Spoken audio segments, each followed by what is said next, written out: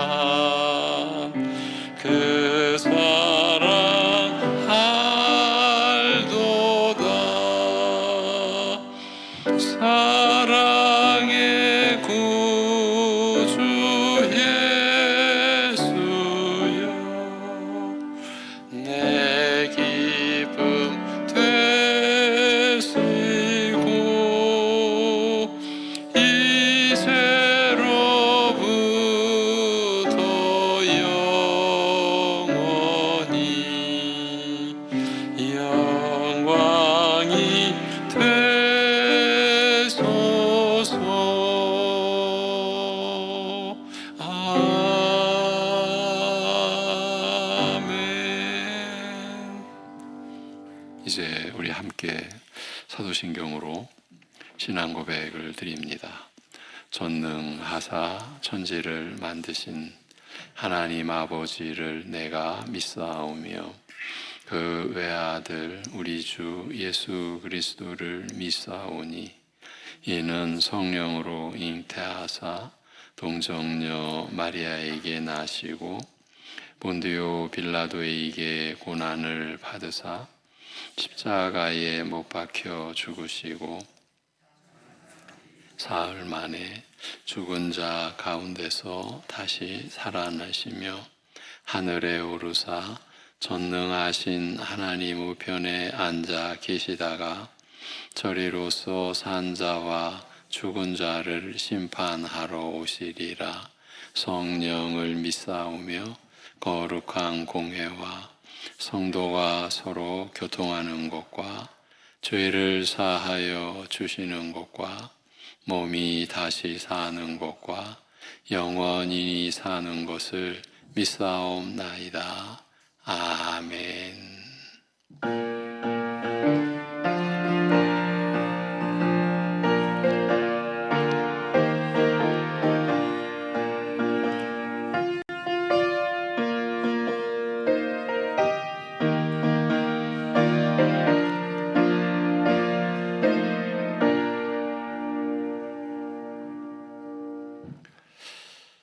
나는 부활이요 생명이니 나를 믿는 자는 죽어도 살겠고 무릇 살아서 나를 믿는 자는 영원히 죽지 아니하리니 이것을 내가 믿느냐. 아멘. 우리의 죄를 대속하시기 위하여 죽으시고 부활하신 그 권세와 권능으로 죄와 사망과 사단의 권세를 물리치시고 우리로 하여금 그 영원한 속박과 얽매임에서 풀려나 자유롭게 하나님을 섬기게 하신 아버지 하나님, 시간의 섭리를 홀로 이루어 가시는 뜻을 따라 주어진 고난절 주간과 또 부활절을 맞이하여 그 부활의 영광에 대한 소망을 가지고 하나님 앞에 나와 예배를 드리는 모든 심령들 가운데 주 예수 그리스도의 은혜와 성령의 인도하심에 충만한 은혜가 역사하게 하여 주옵소서. 예수님의 이름으로 기도합니다. 아멘. 일어나셔서 161장 찬송 드립니다.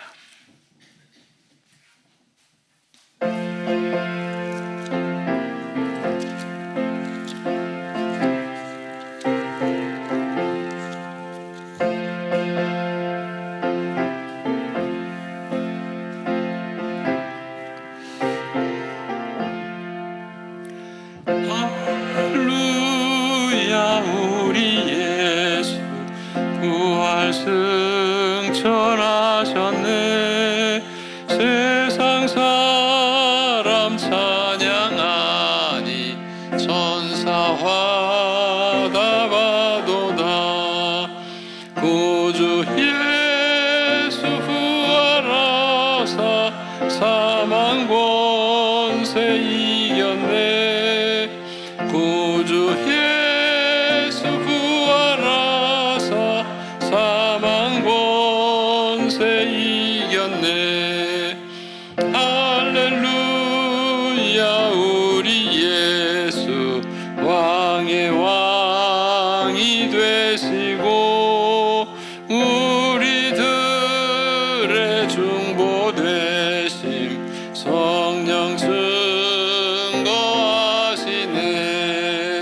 구주 예수 부활하사 처음 열매 되셨네.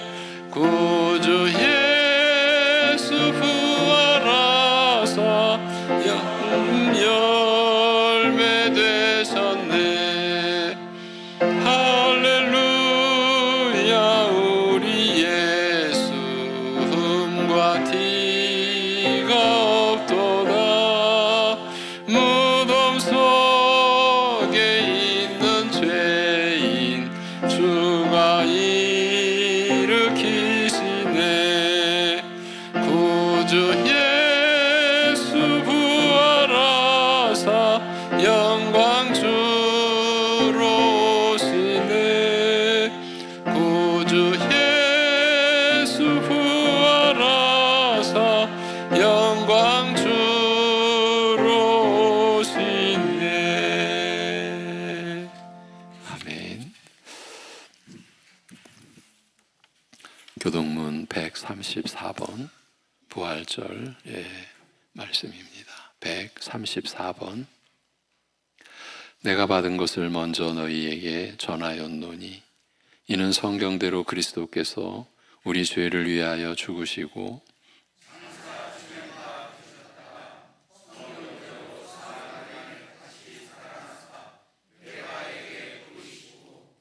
후에 12 제자에게와 그 후에 500여 형제에게 일시에 보이셨나니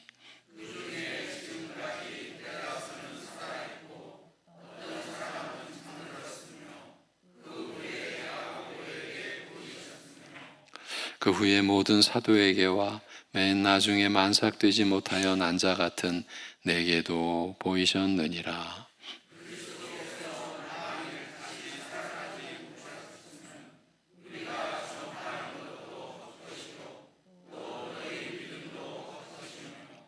만일 그리스도 안에서 우리가 바라는 것이 다만 이 세상의 삶뿐이면 모든 사람 가운데 우리가 더욱 불쌍한 자이리라. 죽은 자 가운데서 다시 살아나사 잠자는 자들의 첫 열매가 되셨다. 아멘.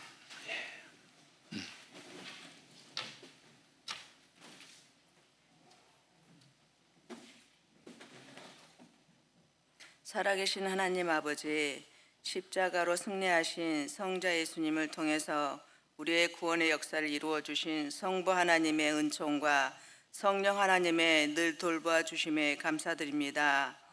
오늘 부활절을 맞이하여 예수님을 기념하며 부활의 산소망으로 다시금 붙들고 살아가게 하여 주옵소서.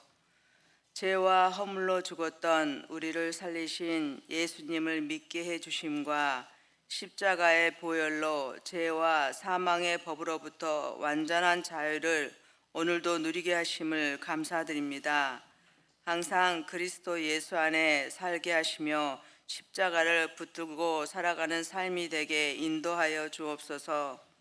아담의 원죄로 말미암아 우리 모두는 사망 선고를 받았지만 예수님의 그 십자가 은혜로 말미암아 구원의 기회를 얻게 하심을 다시 한번 감사드립니다. 예수님의 부활하심이 실제임을 믿습니다.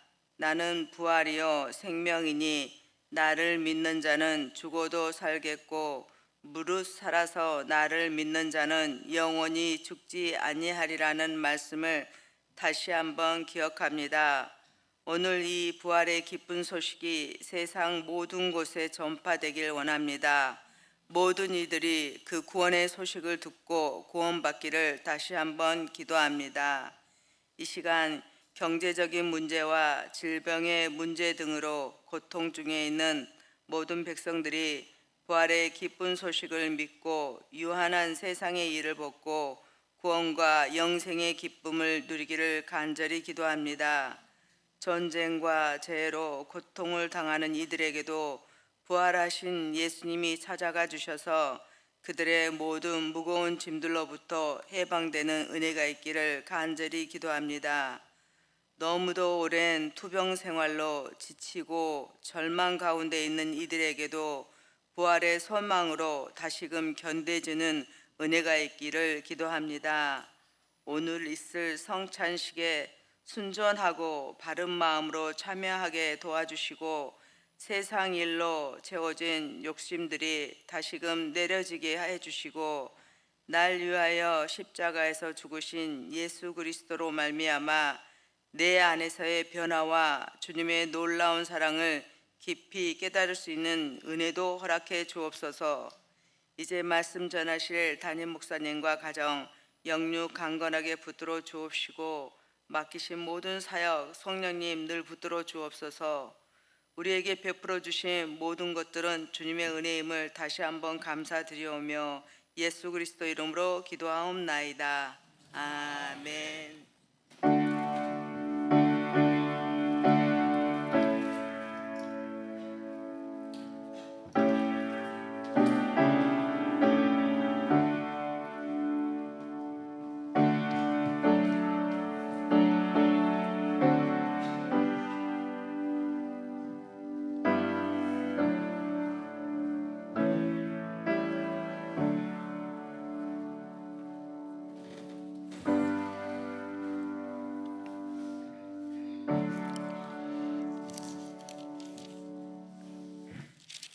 171장 찬송 드립니다.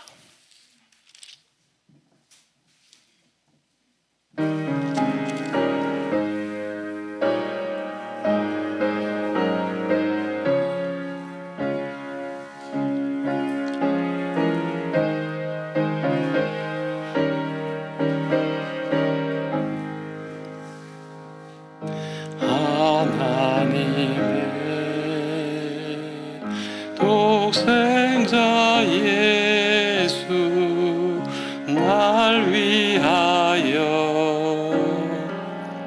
오시었네. 내 모든 죄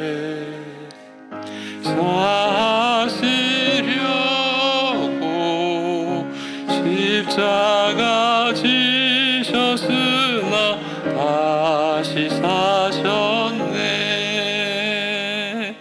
살아계신 주 나의 참된 소망 두려움이 사라지네. 사랑의 주 내 갈 길 인도하니 내 모든 삶의 기쁨 늘 충만하네. 주 안에서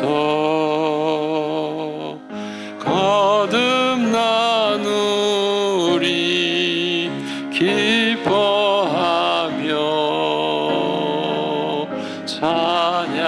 찬양하리. 가슴 속에 넘치는 확신 우리의 가는 길에 소망 넘치네. 살아계신 주 나의 참된 소망 두려움이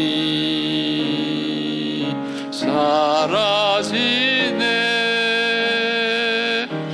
사랑의 주 내 갈 길 인도하니 내 모든 삶의 기쁨 늘 충만하네. 선한 싸움 다 마친 후에 우리 주님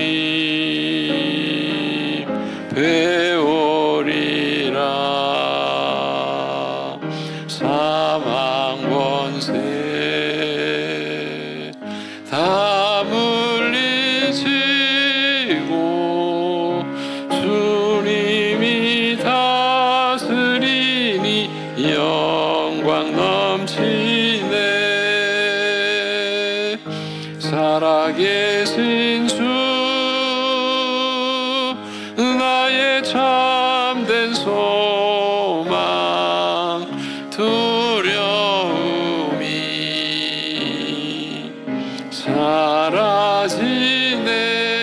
사라지네. 사랑의 주 내 갈 길 인도하니 내 모든 삶의 기쁨 늘 충만하네. 아멘.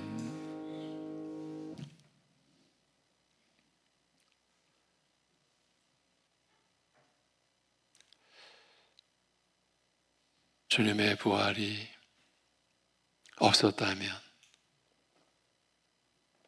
우리의 예배하는 모든 것, 우리의 믿음 그 자체가 다 헛것이라 일깨워 주신 우리 아버지 하나님, 우리에게 이 부활의 은혜를, 부활의 영광을, 그리고 부활의 믿음을 우리에게 내려주셔서 감사드립니다. 이 세상이 감당 못할 죽은 자 가운데서 다시 일어나신 독생자의 죽음으로 그 사망의 권세를 깨뜨리시고 사망이 그를 가둘 수 없는 그러한 권능과 영광을 우리에게 나타내 주시고 그 죽은 자 가운데서 다시 일어나심으로 우리에게 영원히 하나님 앞에서 의롭다 여김받을 수 있는 온전한 은혜를 우리에게 입혀주시고 우리 또한 그 부활에 참여한 자로 그 부활의 영광의 소망을 지니고 살아갈 수 있도록 하여 주심에 감사를 드립니다.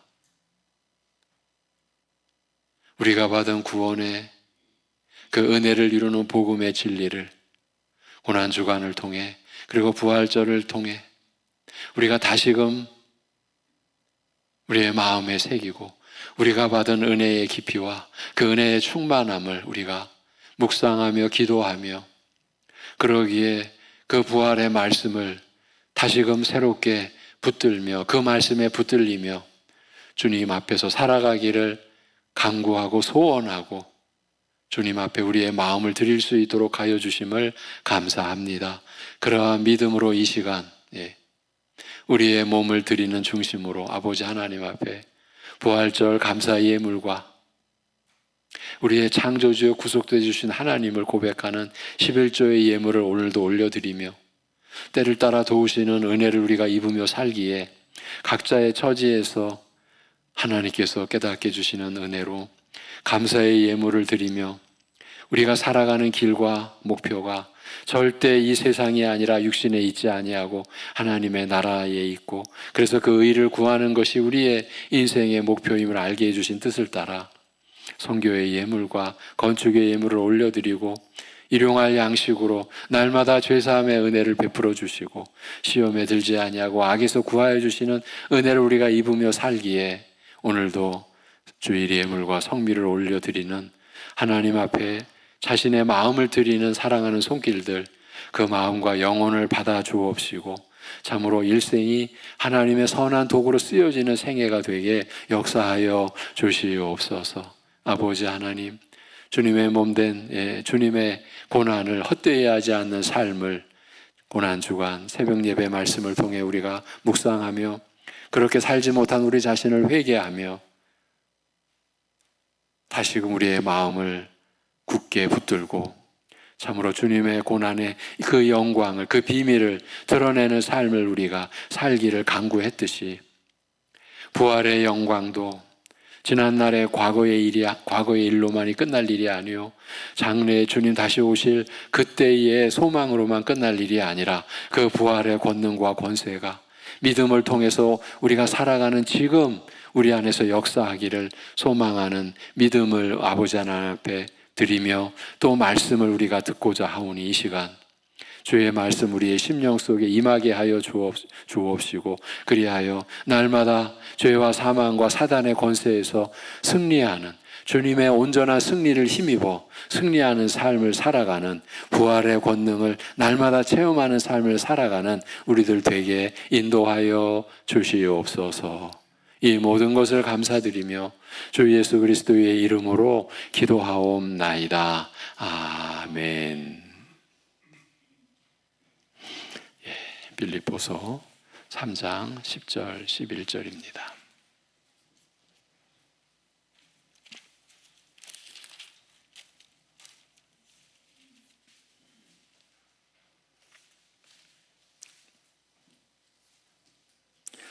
빌립보서 3장 10절 11절 믿음의 특성이라는 제목으로 말씀을 나누겠습니다. 내가 그리스도와 그 부활의 권능과 그 고난의 참여함을 알고자 하여 그의 죽으심을 본받아 어떻게 해서든지 죽은 자 가운데서 부활에 이르려 하노니. 아멘. 합독하시겠습니다. 내가 그리스도와 그 부활의 권능과 그 고난의 참여함을 알고자 하여 그의 죽으심을 본받아 어떻게 해서든지 죽은 자 가운데서 부활에 이르려 하노니. 아멘.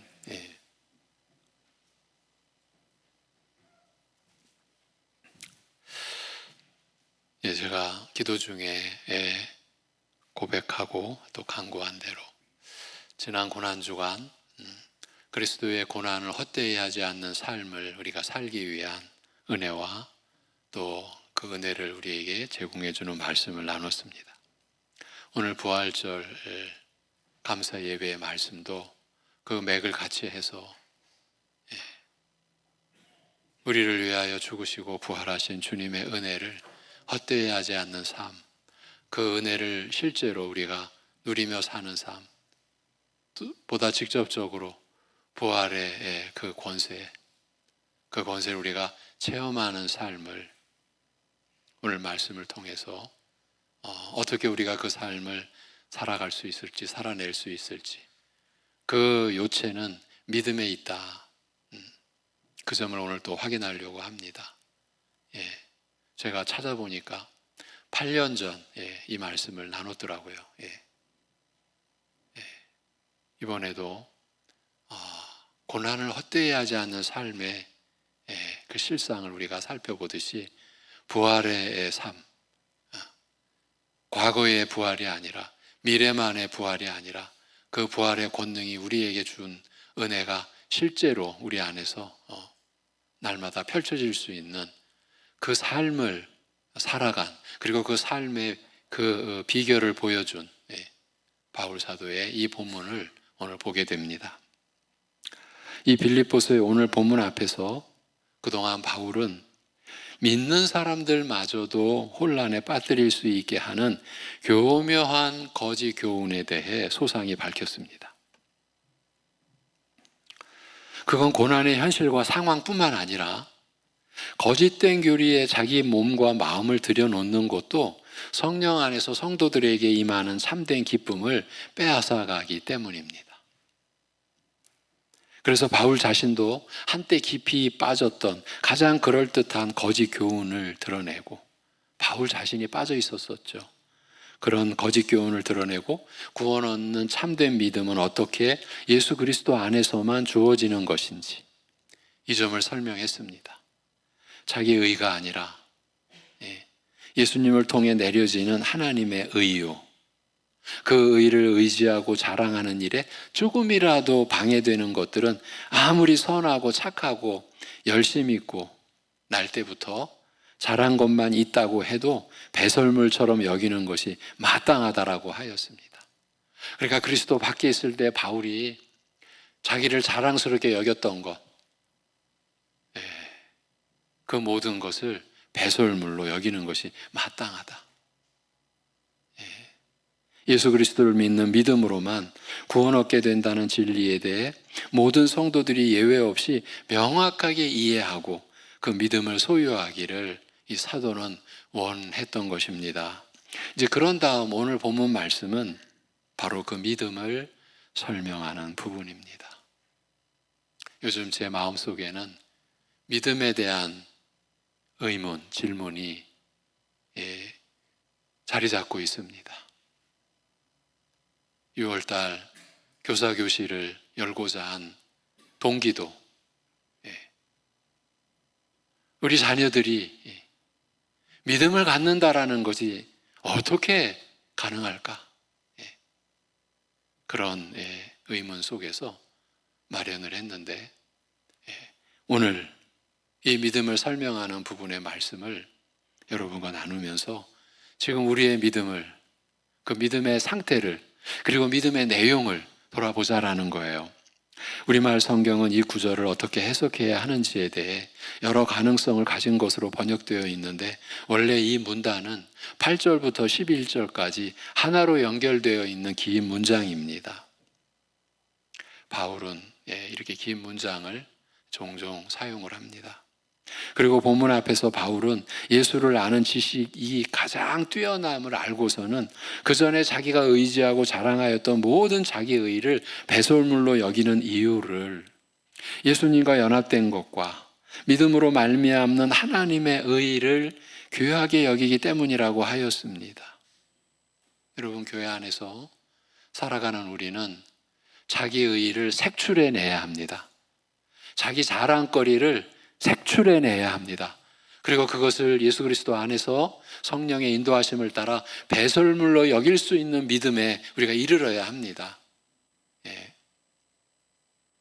예수님과 연합된 것과 믿음으로 말미암는 하나님의 의를 귀하게 여기기 때문에 그 전에 자기가 의지하고 자랑했던 모든 자기 의를 배설물로 여긴다라고 그렇게 고백했던 겁니다. 그리고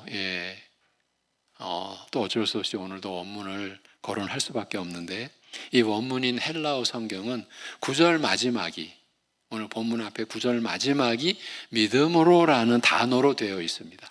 그렇게 끝납니다. 그리고 이어지는 10절이 그것을 받아서 그 믿음은 이런 것이다, 이렇게 설명하는 이런 구조로, 이런 모양으로 시작하고 있습니다. 하나님의 의를 우리에게 거저 흘러 들어오게 하는 그런 믿음이 어떤 것이냐? 그 말이에요. 다시 말하면 믿음은 이런 특성을 가지고 있고, 이런 믿음을 통로로 해서 하나님의 의가 우리에게 흘러 들어온다. 하나님의 의를 받아 의인이 된 자들은 이런 믿음이 있기 마련이라, 그런 내용이에요. 그런 말씀이에요. 예. 그 믿음의 제일 첫 번째 특징은 그리스도를 아는 것입니다. 여기서 중요한 것은 왜 제가 이 구절을 늘 중시 여기는 거냐 하면은, 지금 바울은 사도잖아요. 사도. 예. 신자요. 그 중에서 하나님께서 또 부르신 사도입니다. 근데 지금 사도의 중심이, 그 사도의 믿음이 난 그리스도를 아는 것이다. 그리고 부활의 권능을, 그리고 고난에 참여함을, 그리고 죽은 자 가운데서 내가 부활에 이르려 함이라. 여러분, 이거 잘못 오해하면요, 잘못 이해하면, 오해하면 이 지금 바울이 꼭 초신자와 같지 않는가, 이렇게 생각할 수 있는 내용입니다. 그러나 그걸 뒤집어야 됩니다. 우리의 믿음이 자라가도 우리는 언제나 그리스도를 알고자 하는 것에, 그래서 이 구절이 특별하다라는 거예요. 그가 지금 설명하는 믿음의 제일 첫 번째 특징은 그리스도를 아는 것입니다. 이것은 단순히 머릿속에 담긴 지식을 의미하는 것이 아닙니다. 여러 번 말씀드려왔지만 성경에 나오는 말은 일반 상식적으로 사용되는 단어의 의미와 상당히 다른 면이 많이 있습니다. 세상에서는 안다는 말을 주로 어떤 정보를 취득했다는 말로 사용합니다. 어떤 사실에 대한 정보, 어떤 사람에 대한 그 무엇을 갖고 있다라는 것을 안다라고 하는 것입니다. 그러나 성경은 안다는 말을 그런 의미에만 한정시켜서 사용하고 있지 않습니다. 만일 그런 정보의 취득 정보로만 안다는 말을 쓴다면 귀신들도 예수님을 안 믿는다고 해야 할 것입니다. 왜냐하면 귀신들이 어떤 사람들보다 먼저 예수님의 높으신 것과 만유의 주 되심을 알아봤기 때문입니다. 마가복음 3장 11절에 보면 더러운 귀신들도 어느 때든지 예수를 보면 귀신들을 더럽다고 평합니다. 더러운 귀신들도 어느 때든지 예수를 보면 그 앞에 엎드려 부르짖어 이르되 당신은 하나님의 아들이니이다 하니라고 되어 있습니다. 예수님에 대한 정보를 갖는다는 점에서는 어느 성도나 심지어 사도들보다 더 빨리 분명히 알고 있는 것이에요. 그런데도 그런 귀신들이 믿음이 있다고 하지 않습니다. 믿음이 있다는 것은 물론 그처럼 어떤 정보를 갖는다는 점이 절대적으로 포함되어야 하는 것이지만, 알지도 못하는데 신뢰하고 믿을 수는 없지 않습니까? 그 지식을 갖는다라는 것이 절대적으로 포함되어야 하는 것이지만 거기에 그치지 않는 것입니다. 참된 믿음은 예수님에 대한 지식, 예수님에 대한 정보를 알 뿐만 아니라 그 예수님과 깊고도 개인적인 차원의 친밀한 교제를 갖는다는 것까지입니다. 성도 여러분, 주님과의 친밀한 교제가 더 깊어져 가고 계십니까? 더 풍성해져 가고 계십니까? 이렇게 여쭙고자 하는 것이에요. 여러분, 그 친밀함이 여러분의 기도로 증명이 되셔야 합니다. 기도는 주님이 기다리시는 거예요. 여러분과의 만남을 기다리시는 거예요. 그래서 여러분은 기도로 주님과 만나시는 거예요. 근데 기도를 멀리하면 주님을 멀리하는 거죠. 예수님을 알기 때문에 사랑하고 존경하고 순종하고 경배하고 찬송하게 되는 것입니다. 그런 것을 안다고 하는 것이에요.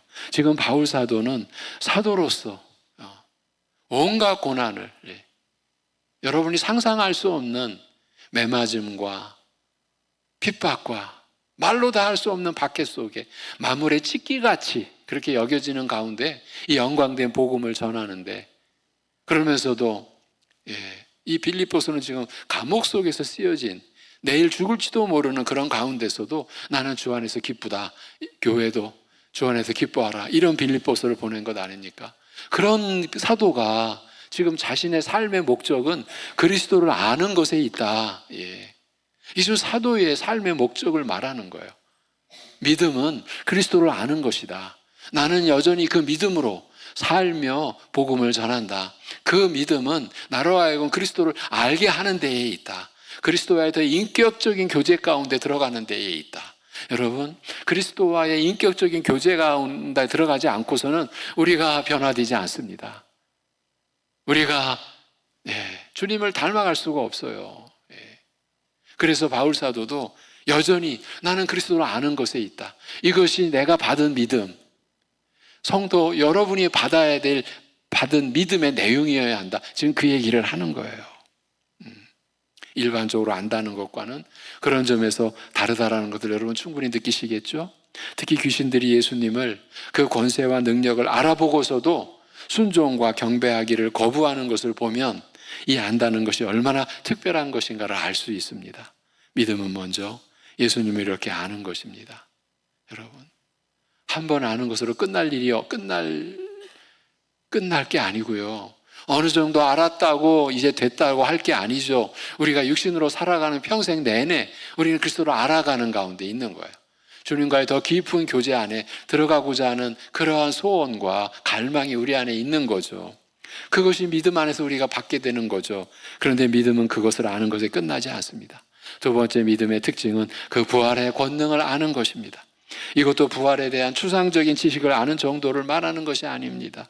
바울은 부활에 대해 이미 모든 사실을 다 알고 있었습니다. 그렇죠? 부활에 대한 증거도 알았었고 그에 대해 사람들에게 이야기해 왔습니다. 또한 그것을 사실로 믿고 있었으며 어딜 가든 복음을 전할 때에 그것을 선포했습니다. 대속의 죽음과 부활의 권능을 선포했습니다. 예수 그리스도를 선포한 거죠. 지금 그것을 얘기하는 것이 아니에요. 바울은 여기서 삶을, 그 부활의 은혜를, 영광을 믿는 삶을, 그러니까 그 삶에서 누려지는 체험에 대해 말하고 있는 거예요. 즉 예수 그리스도의 부활이 품고 있는 능력과 권세에 대해 체험적으로 동참하는 것이 믿음이라고 하는 것이에요. 그 부활의 권능에 참여하는 그 믿음의 그 발현, 그 믿음의 나타남은 특별히 죄를 이기고 물리치며 죄를 멸하는 능력에 대해 체험하는 거예요. 우리가 지난 고난주간 새벽 예배의 주제, 죄에 대하여 죽은 우리라고 했어요. 여러분, 신자의 특성, 신자의 본질은요, 죄에 대하여 죽은 그런 신분을 갖게 됐어요. 예수 그리스도와 하나 되셨기 때문에, 예수 그리스도의 죄에 대한 죽음이 여러분의 죽음이 되었기 때문에, 그 죽음 가운데서 부활하신 예수님의 부활이 여러분의 부활이 되셔서 여러분이 이제 새 생명 가운데 살게 되었기 때문에 이제 죄에 대해 죽은 자요, 하나님을 향하여 산 자로 살아가는 거예요. 이제 죄가 여러분을 지배하게 해서는 안 되는 거예요. 죄야, 너는 나를 지배할 수 없다. 내가 나의 왕이 될 수 없다. 내 왕은 나를 위해 죽으시고 부활하신 예수 그리스도가 내 왕이시고 내 주이시고 내 목자이시다. 신자는 날마다 이렇게 고백을 하며 살아가는 거죠. 그래서 자기를 부인하는 거예요. 본래 자기, 부패한 성품으로 죄와 벗하며, 아니 죄의 노예가 돼요. 죄에 이끌리요. 자기가 자유롭게 사는 것 같지만 완벽한 죄의 노예로 사는 게 인생이에요. 아담 이후에. 거기서 우리를 자유하게 해주신, 해방시켜 주신 주님의 은혜, 주님의 죽으심과 부활, 그것이 우리의 삶에 누려져야죠. 바울은 지금 그것을 희구하는 거예요. 자기가 그렇게 살고자 하고, 그래서 다음 구절에 보면 나는 이미 얻었다 함도 아니다, 다 이루었다 함도 아니다, 그 고백을 하는 거예요. 자기도 지금 길을 가고 있다, 과정 중에 있다. 그 부활을 경험하는 것은 특별히 죄를 이기고 물리치고 죄를 멸하는 능력에 대해 체험하는 것이에요. 세상에 여러 종류의 권력이 있습니다. 흔히 드러나는 현실에서는 국가나 제국의 권력일 것입니다. 특히 고대 제국의 왕정 국가에서는 왕의 말 한마디에 사람 목숨이 걸려있고 이웃나라 왕들의 목숨도 좌우하는 힘을 가지고 있었기 때문에 대개는 그 정치적, 무력적 힘을 제일 큰 권세로 그렇게 여깁니다. 그렇게 취급합니다. 그러나 믿음은 그것이 기껏해야 세상에서 세 번째로 강한 권력일 뿐임을 아는 것이에요. 믿음은 그걸 아는 거예요. 세상에서 두 번째로 강한 권력은 바로 죄.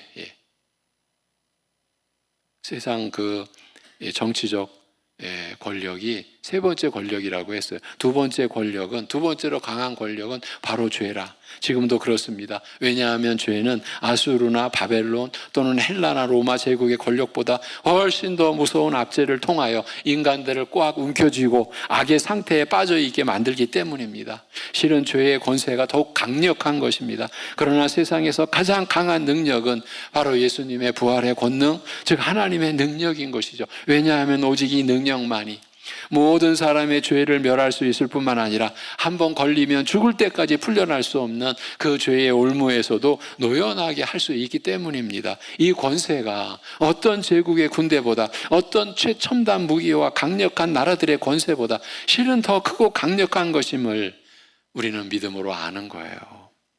바울은 이 사실을 알고 있었기 때문에 여러분 로마서에서 다음과 같이 고백하고 선언할 수 있었습니다.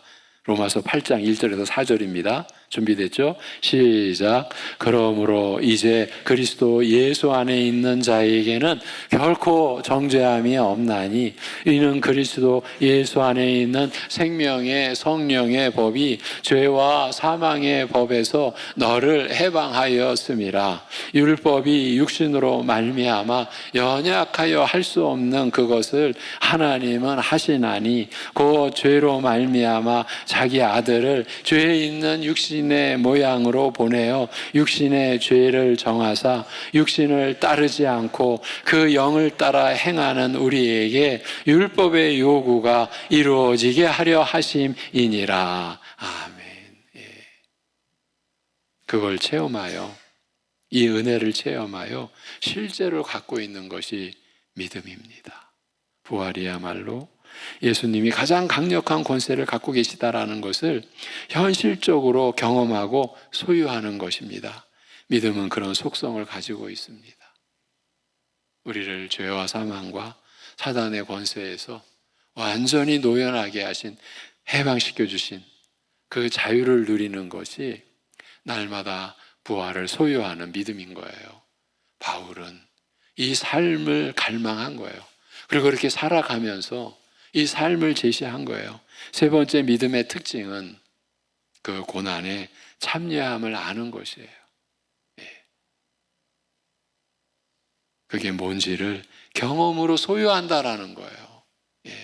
이것도 바울이 인간의 죄를 위하여 자신이 고난받기를 원한다라는 뜻이 아닙니다. 내가 고난에 참여한다. 그거를 바울이 인간의 죄를 위하여 스스로 자신이 고난받기를 원한다, 그런 뜻이 아닙니다. 왜냐하면 오직 예수 그리스도만이 그 일을 하실 수 있으며 또 온전히 거룩하신 그분의 고난만이 다른 사람들을 대속할 수 있는 능력이 있기 때문입니다. 바울은 그저 그리스도를 믿는 믿음으로 인해 세상으로부터 박해와 핍박이 그에게도 미칠 때에는 예수님께서 하셨던 것처럼 그도 그런 대접을 받아들일 수 있기를 바랐던 것이에요. 이 세상은 죄악된 세상입니다. 그래서 하나님의 아들까지도 세상 안에 들어오셔서 고난을 당했습니다. 그는 거룩하셨고 세상은 죄로 가득 찼기 때문이었습니다. 그러니 그러한 고난은 신자들에게도 반드시 닥치게 되어 있습니다. 성경 곳곳에서 그 사실을 밝히고 있는 것은 이 사실을 우리 신자에게 믿음 때문에 예수 그리스도를 영접하고 하나님을 향하여 사는 것 때문에 고난이 반드시 닥치게 되어 있다. 이 사실을 바르게 이해하는 것이 믿음에 있어서, 신앙생활에 있어서 아주 중요한 부분을 차지한다라는 점을 밝혀줍니다. 암시해 줍니다. 여러분, 신자의 고난, 주님의 남은 고난에 참여하는 그런 이제 바울은 표현까지 썼죠. 그러니까 그 고난의 비밀이 있다라는 거예요. 그 고난의 영광이 있다라는 거예요. 이걸 바르게 이해해야 우리가 신자로 살아가는 데 있어서 흔들리지 않을 것이다. 쓸데없는 고통에 빠지지 않을 것이다. 그 얘기죠. 몇 구절을 같이 한번 보겠습니다. 디모데후서 3장 12절 시작. 무릇 그리스도 예수 안에서 경건하게 살고자 하는 자는 박해를 받으리라. 베드로전서 4장 12절 14절 12절에서 14절 시작. 사랑하는 자들아 너희를 연단하려고 오는 불시험을 이상한 일 당하는 것 같이 이상히 여기지 말고 오히려 너희가 그리스도의 고난에 참여하는 것으로 즐거워하라.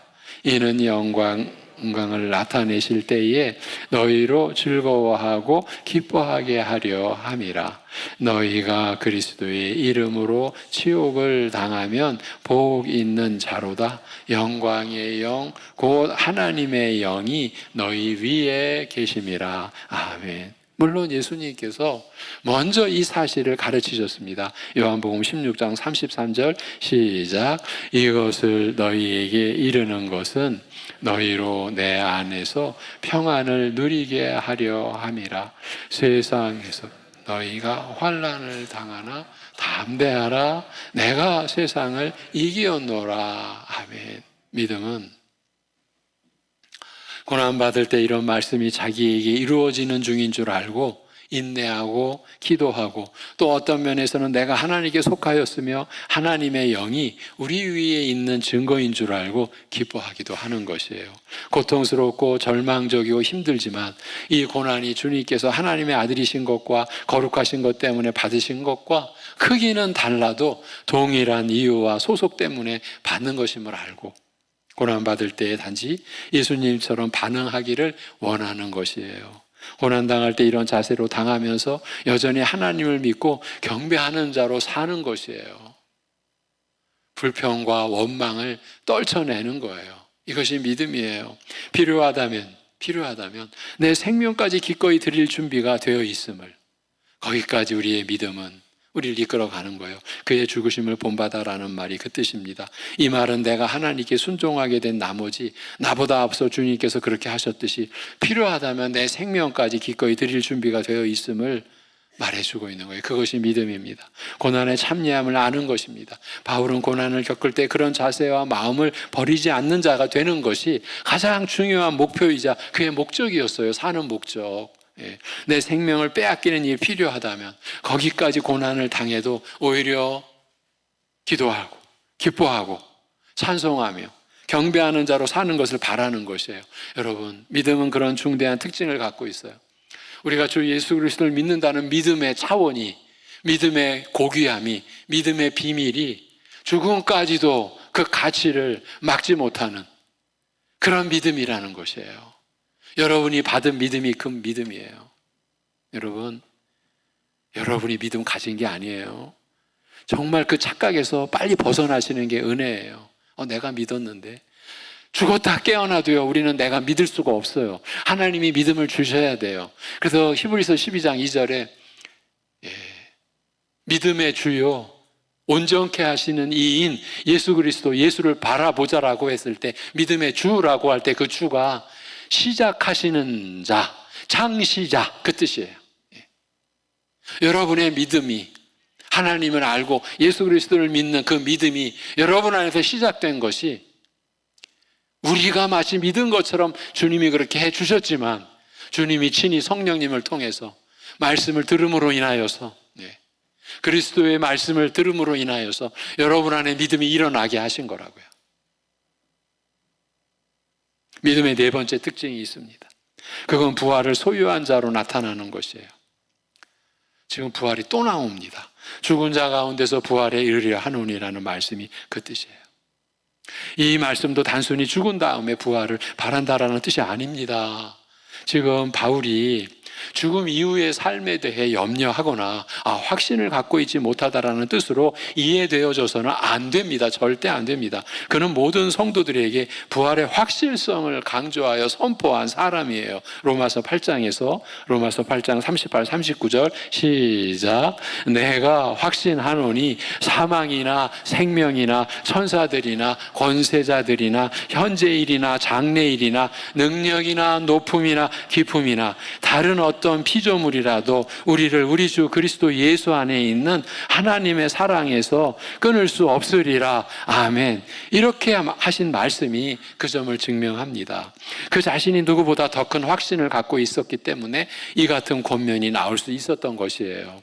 하나님께서 그를 자신을 하늘로 안전하게 데려가시리라는 것을 그런 누구보다 정확하고 면밀하게 알고 그 믿음으로 행하고 있었습니다. 그러니까 여기서 이 말은 그런 의미가 아닙니다. 사실 바울은 자신이 그리스도를 몹시 닮아가는 그런 생활을 해감으로써 사람들이 자기를 볼 때 과연 부활을 알고 소유한 자로 산다라는 사실이 명확해지기를, 그렇게 드러나기를 바랬던 거예요. 그걸 말하는 거예요. 점점 더. 왜 그런가 하는 것은 좀 전문적인 내용입니다만 말씀을 드리자면 10절과 11절에 똑같이 부활이라는 말이 우리말로는 쓰여 있지만 성경에서는, 원문에서는 그 말이 서로 다른 단어입니다. 완전히 다른 뜻은 아니고 둘 다 다시 일어나다, 서다 이런 뜻이긴 합니다. 그러나 엄밀히 따지자면 10절의 부활이 그야말로 죽은 자 가운데서 다시 살아나신 부활을 의미하는 것이라면 11절의 부활은 어떤 사람들 가운데서 특별하게 보이는 사람이라는 의미를 가진 단어입니다. 이에 대해 오래전한 성경학자가 이런 논문을 써낸 적이 있었습니다. 원래 헬라인의 관념에서는 살아있는 사람은 서 있는 자이고 죽어있는 사람은 누워있는 자다. 그래서 바울은 지금 헬라식 관념을 동원해서 나는 영적으로 누워있는 자들, 즉 영적으로 죽어있는 자들 사이에 서 있는 자로 보이기를 원한다는 뜻으로 하는 말이다, 이렇게 해석을 했어요. 영적으로 죽은 자들 사이에서 나의 행동을 통하여 영생을, 부활한 생명으로 살아가는 그 영생을 미리 선보이려 한다라는 것이에요. 다시 말하면 예수님을 믿지 않아 죄 가운데 헤어나오지 못하여 영적으로 죽은 상태로 사는 세상 사람들 가운데서 예수님을 경험하여 사귐으로 알고 부활의 권능과 필요하다면 죽기까지 고난에 참여함을 통하여, 아, 저 사람 바울은 죽은 세상 가운데서 신령한 나라와 예수 그리스도에 대하여 살아있는 자로구나, 이런 증거를 갖기를 그는 원했던 것이에요. 죄와 허물로 죽어버린 세상과는 영적 차원에서 구별된 자, 살아있는 자라는 증거를 확인받는 것, 그가 특별한 사람으로 드러나는 것, 자기의 이름 때문이 아니라, 그 허망한 명성이나 명예 때문이 아니라, 다 썩을 그런 것 때문이 아니라 나 같은 것을 통해서 부활의 영광이 드러나기를, 우리 주님이 부활하신 그 사실이 증명되어지기를, 아, 바울을 보니까 아, 주님이 죽었다가 살아나신 게 분명하구나, 그거를 바울은 원했던 거예요. 그게 내가 살아가는 목적이다, 그 얘기를 하는 거예요. 이런 것이 믿음의 본질이라는 거예요. 이러한 삶을 살아내도록 만드는 게 믿음이라는 거예요. 우리가 받은 믿음, 아주 많은 분량의 설명이어야 하지만 사도는 여기서 이렇게 간결한 정의로 믿음의 특징을 알려주었습니다. 이런 믿음을 통하여 하나님의 의가 죄인들에게 흘러 들어오는 것이에요. 이런 믿음이 있어서 하나님의 의를, 그러나 이런 믿음이 있기 때문에 하나님의 의의를 주시는 것이 절대 아닙니다. 여러분 착각하시면 안 됩니다. 우리는 영적인 생물이기 때문에 수도관처럼 무슨 보이는 길을 통해 생수를 얻어 마시는 것이 아닙니다. 그 수도관처럼 우리에게 하나님의 의의가 흘러 들어오는 통로가 되는 것은 이 믿음입니다. 그래서 이 믿음이 공로가 되어서는 안 됩니다. 믿음도 하나님의 선물이니까요. 이 믿음이 좋을 수가 있습니다. 우리가 믿음이 자라가야 되니까 스테인레스 수도관이 아니라 황금으로 만든 수도관처럼 빛나고 귀한 가치가 있는 믿음일 수 있습니다. 그러나 그 믿음이 아무리 좋아도 수도관이 좋다는 그 자체로 수돗물이 흘러 들어오지 않는 것과 마찬가지입니다. 우리가 이 믿음을 갖고 있다면 은혜를 받을 준비가 된 것뿐입니다. 그리고 그 믿음의 수도관을 통해 하나님의 의가 우리에게 주어지는 겁니다. 하나님이 보내주시는 거예요. 하나님이 주시는 거예요.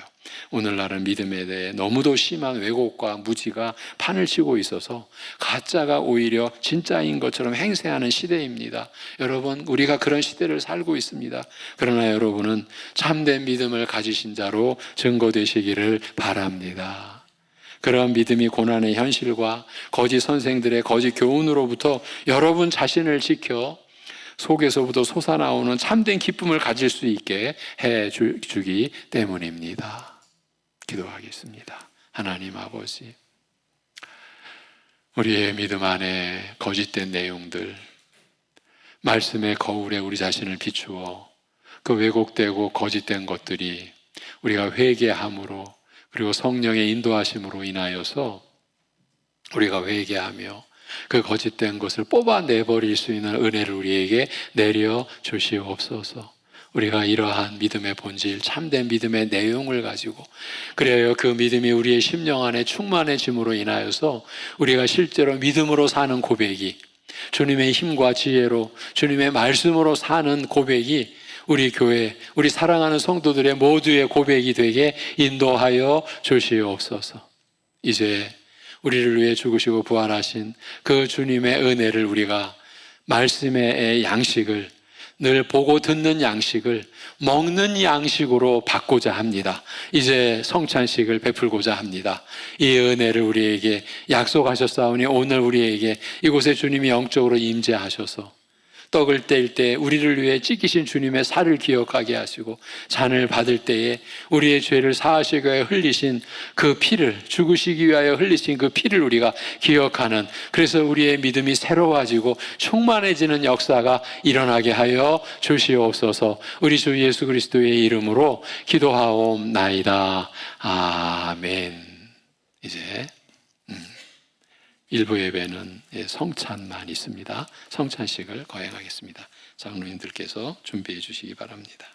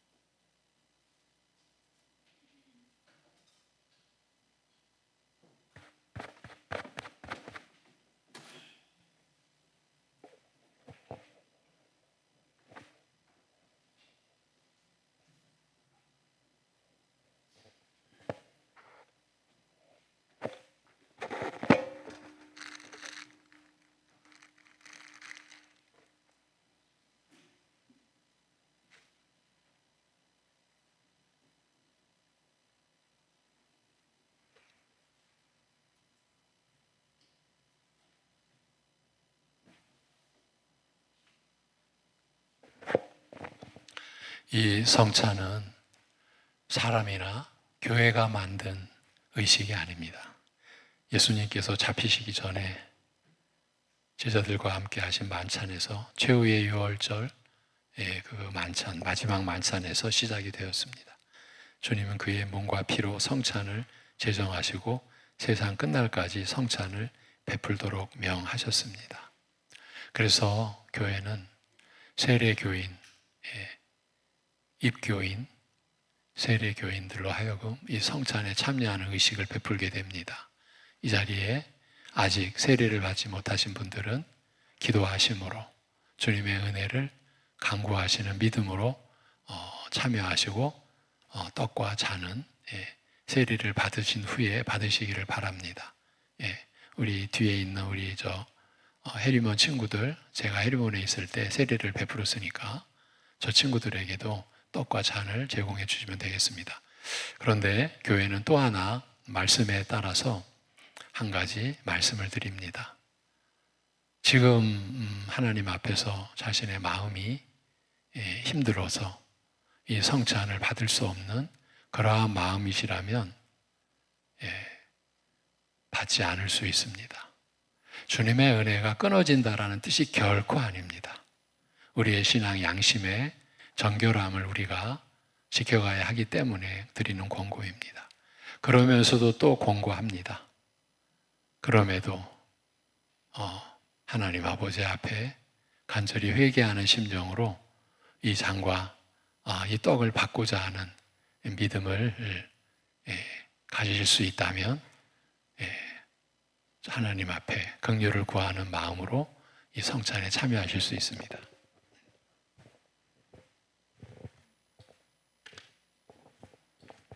사랑하는 성도 여러분, 성찬은 그리스도 안에서 하나님의 구원 역사를 기념하는 것입니다. 바로 이곳에 그리스도께서 영적으로 임재하심으로 교통하는, 그 주님과 교통하는 거룩한 예식입니다. 주께서 자기 백성에게 힘을 주사 죄를 대적케 하고 모든 고난에서 견고하게 하시고 강하게 하시며 마음을 평안하게 하십니다. 이 예식을 통해 우리는 주의 죽으심을 오실 때까지, 다시 오실 때까지 전하며 천국에서 주님의 식탁에 같이 앉아 주님과 함께 떡과 잔을 먹고 마실 것을 소망하게 됩니다. 이제 분병하겠습니다.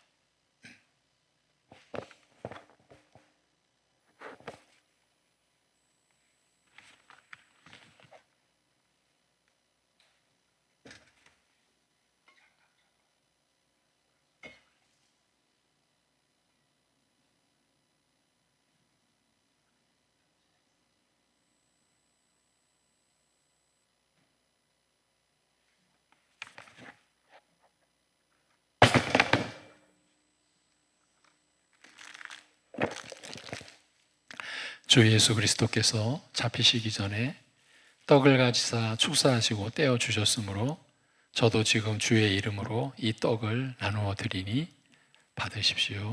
주님께서 말씀하시기를 이것은 너희를 위하여 주는 내 몸이라. 너희가 이를 행하여 나를 기념하라고 하셨습니다.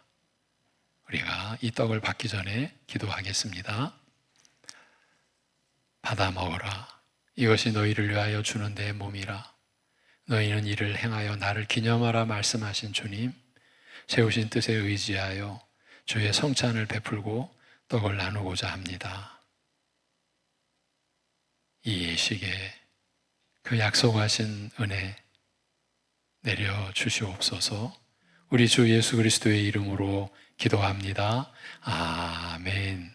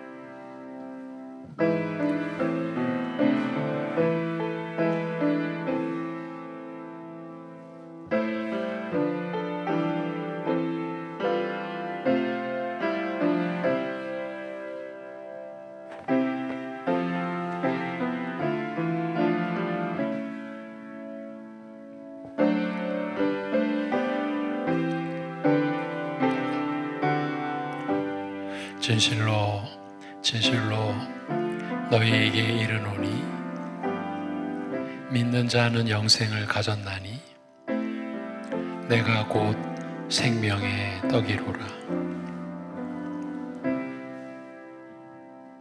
너희 조상들은 광야에서 만나를 먹었어도 죽었거니와 이는 하늘로서 내려온 떡이니 사람으로 하여금 먹고 죽지 아니하게 하는 것이라. 나는 하늘로서 내려온 산 떡이니 사람이 떡을 먹으면 영생하리라. 나의 줄 떡은 곧 세상의 생명을 위한 내 살이로라 하시니라. 아멘.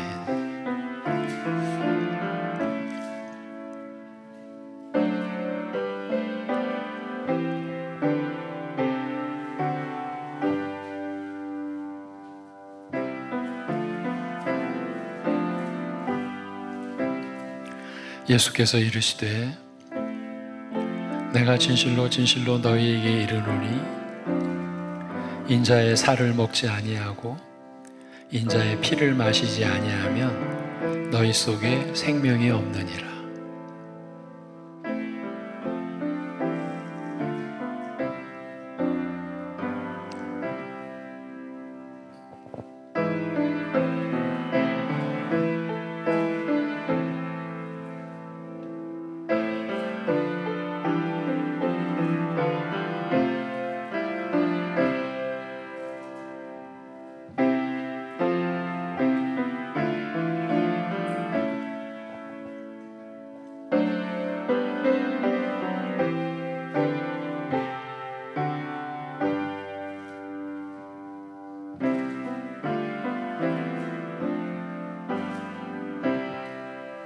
혹시 떡을 받지 못하신 분이 계시면 손을 들어 표해 주시기 바랍니다.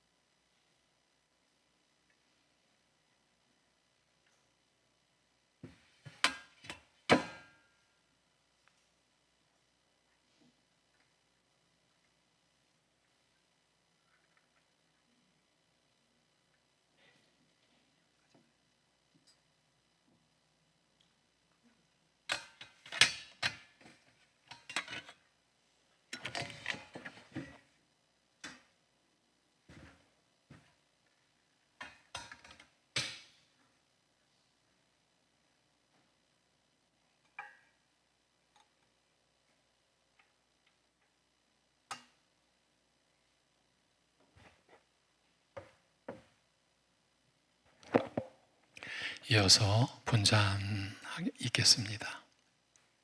우리 주님께서 또한 잔을 가지사 축사하신 후 제자들에게 주시며 말씀하시기를 너희가 다 이것을 마시라. 이것은 죄사함을 얻게 하려고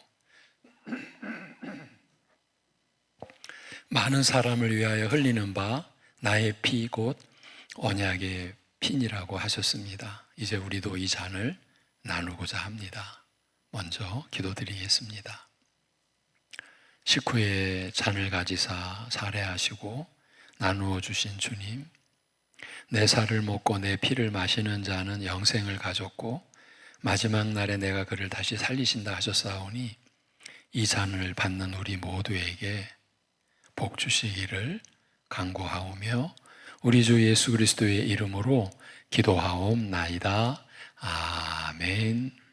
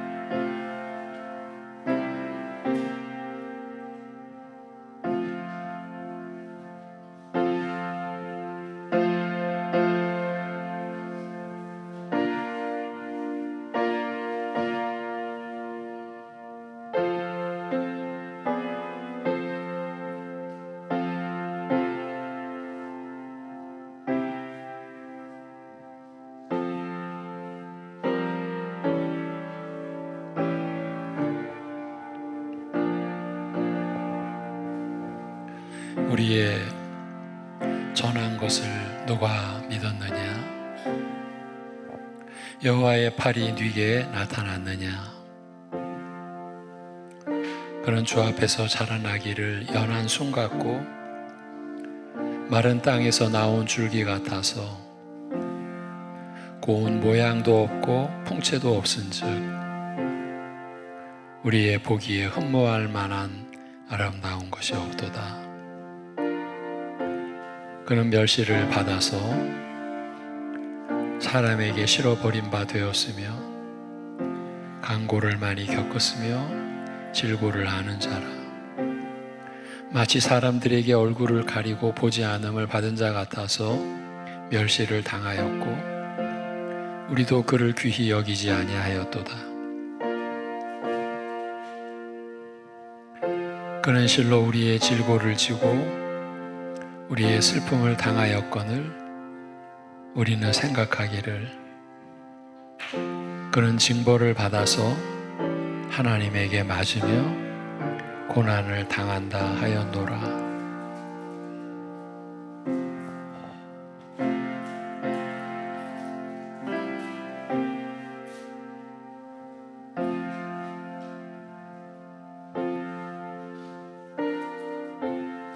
그가 찔림은 우리의 허물을 인함이요 그가 상함은 우리의 죄악을 인함이라.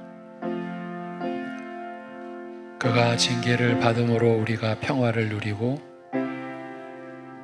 그가 채찍에 맞음으로 우리가 나음을 입었도다.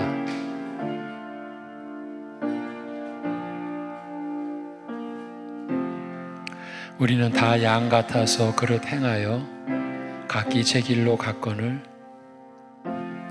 여호와께서는 우리 무리의 죄악을 그에게 담당시키셨도다.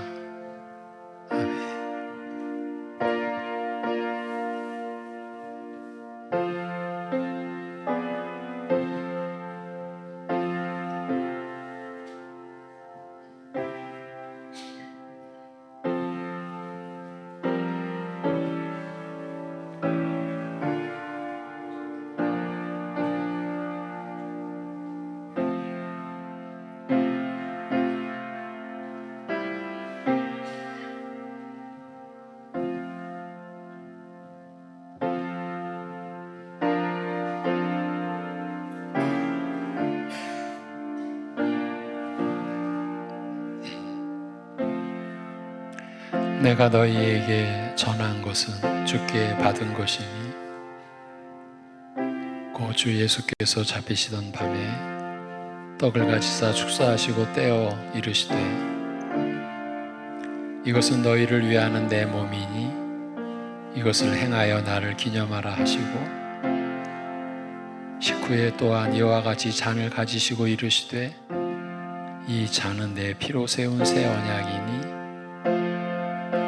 이것을 행하여 마실 때마다 나를 기념하라 하셨으니 너희가 이 떡을 먹으며 이 잔을 마실 때마다 주의 죽으심을 오실 때까지 전하는 것이니라.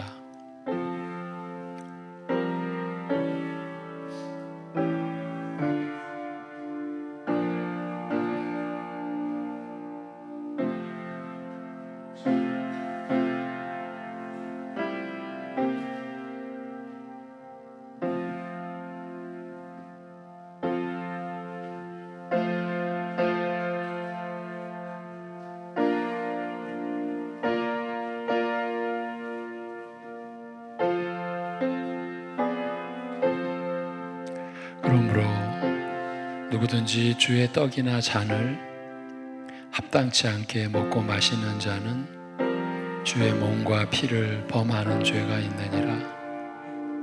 사람이 자기를 살피고 그 후에야 이 떡을 먹고 이 잔을 마실지니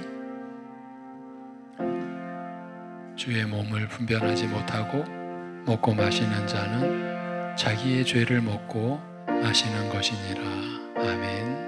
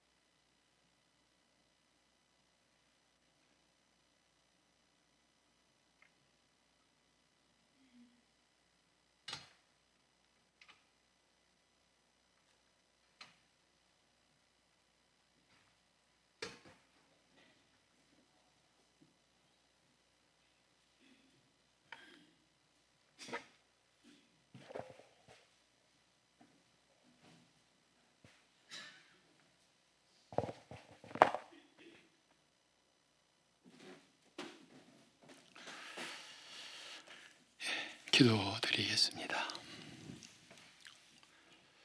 주님의 몸된 교회 안에 믿음의 권속들을 불러 세워주시고 주님께서 제정하신 거룩한 예식, 성찬식을 가질 수 있게 하심을 감사드립니다. 우리가 영생을 사는 것이 주님의 살을 먹고 주님의 피를 마시며 사는 것임을, 우리가 주 예수 그리스도를 영접하고 믿는 것이 바로 주님의 살을 먹고 주님의 피를 마시는 은혜인 것임을, 주님의 죽으심이 없으면 우리는 영원히 죄를 사할 길이 없고, 그 죽은 자 가운데서 일어나셔서 부활하심이 없으시면 우리가 영원히 하나님 앞에서 의롭다 여김 받을 수 없다라는 이 엄연한 진리의 사실을 우리가 결코 잊지 아니하고, 오직 우리 주 예수 그리스도의 대속의 은혜와 부활하신 권능을 우리가 힘입어 그 모든 은혜를 우리가 믿음으로 받음으로써 영생을 누리게 된, 우리에게 주어진 이 영원한 영광과 참된 복을 우리가 진정 기뻐하며 감사하며, 그리하여 주님 다시 오실 그날까지 교회가 이 복음을 지키고 이 복음을 전하는 일에 모든 것을 다할 수 있는 그러한 교회 되게 인도하여 주시옵소서. 오늘 이 예식에 참여한 사랑하는 모든 성도들의 삶이 주님이 주신 온전한 용서, 온전한 구원, 온전한 승리의 삶을 누려가는 생애가 되도록 역사하여 주옵소서. 주 예수 그리스도의 이름으로 기도하옵나이다. 아멘. 네, 299장 찬송 드리겠습니다.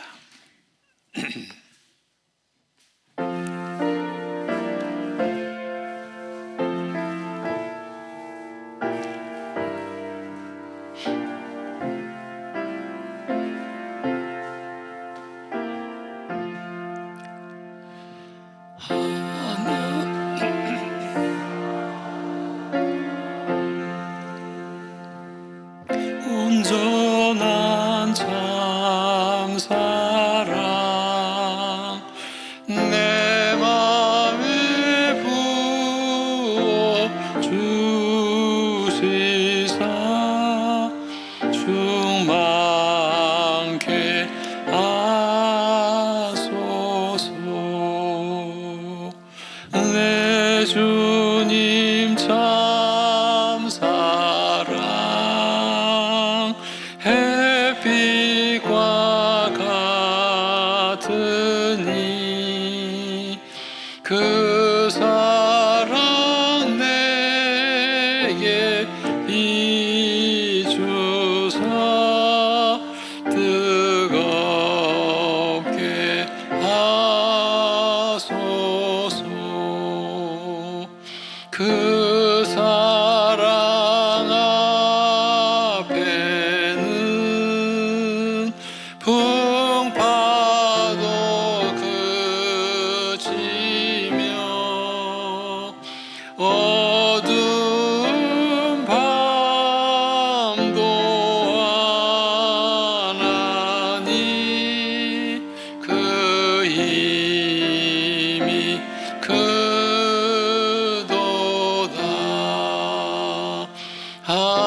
하나님 사랑은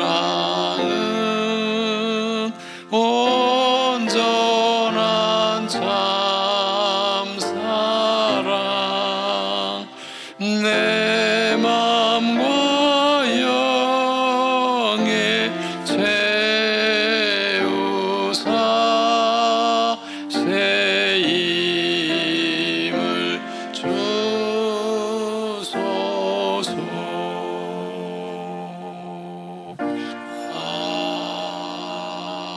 아멘.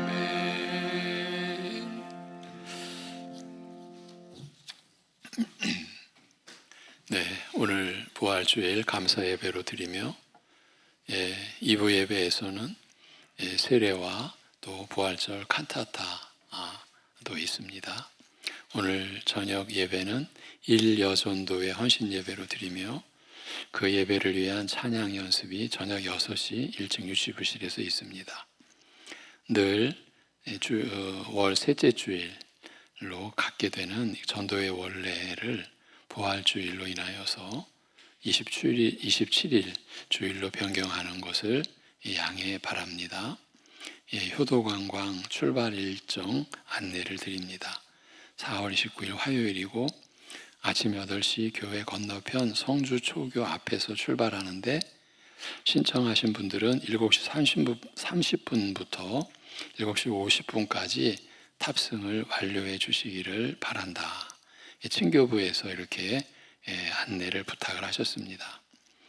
네, 경기선호회 정기노회가 21일 월요일 오전 9시 30분 부천 평안교회당에서 열립니다. 우리 장로님 2분과 우리 교역자들이 참석을 하게 됩니다. 이번 주는 우리 교단의 신학교 합동신학대학원 대학교를 위해 여러분이 다 아시는 바대로 위기다, 이렇게 신학교의 상황이 어렵다 정도가 아니라 위기다, 이런 상황이에요. 우선 신입생이 없으니까 이제 반 이하로 더 내려진 지가 벌써 오래됐죠. 여러분 기도해 주시기를 바랍니다. 교수님들을 위해서도 그렇고 학교의 미래를 위해서도 그렇고 언제나 우리 교회와 가정, 우리 민족과 나라를 위해 그리고 영육간의 연약한 교우들을 위해 우리가 늘 서로 위해 기도해야 됩니다. 오늘 내려가실 때는 교회에서 부활절을 기념하고 감사하는 떡을 마련해서 드리니 받아가시면 되겠고요. 이제 저에 관한 이번 주 이제 월요일 날 제가 우리 교육자들과 장로님들과 함께 노회를 참석하고 제가 화요일부터 부산을 내려가서 목요일 날 올라올 예정입니다. 우리 교단 합신세계 선교회 이사회를 실행 이사회를 부산에서 갖게 됩니다. 왜냐하면 부산의 호산나 교회 담임 목사님이 우리 선교회 이사장이신데 부산에서 회의할 기회를 한번 가져보자 해가지고 우리 실행이사회 분이 15분인데 부산에서 한번 모이기로 했습니다. 화요일 날 회의를 가지고 또 수요일 날은 모임을 가져서 그래서 목요일 날 올라와서 이번 주는 우리 교역자분들이 새벽 예배를 담당하시게 됩니다. 자, 묵상 구절 로마서 8장 11절 12절 함께 읽고 제가 축도함으로 오늘 부활주일 예배 마치도록 하겠습니다. 시작.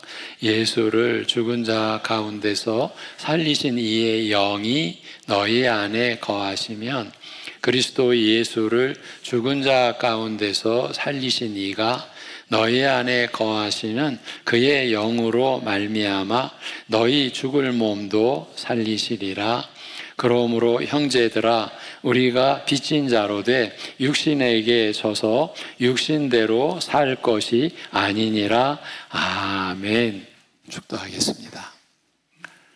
부활이요 생명 되신 우리 주 예수 그리스도의 은혜와 그 아들을 그렇게 내어주셔야 했던 우리 아버지 하나님의 영원하신 사랑하심과 우리 안에 영원히 거하셔서 그 은혜와 그 사랑을 깨달으며 누리게 하시는 성령의 교통하심이 우리의 죄로 죽으시고 부활하신 주님을 우리가 기념하고 기억하며 우리의 온 마음을 다해 부활절 감사 예배를 기쁨과 감사함으로 참여하는 사랑하는 모든 성도들 위해 그리고 그러한 믿음을 구하는 심령들 안에 영원토록 함께 하시기를 주님의 이름으로 축원하옵나이다.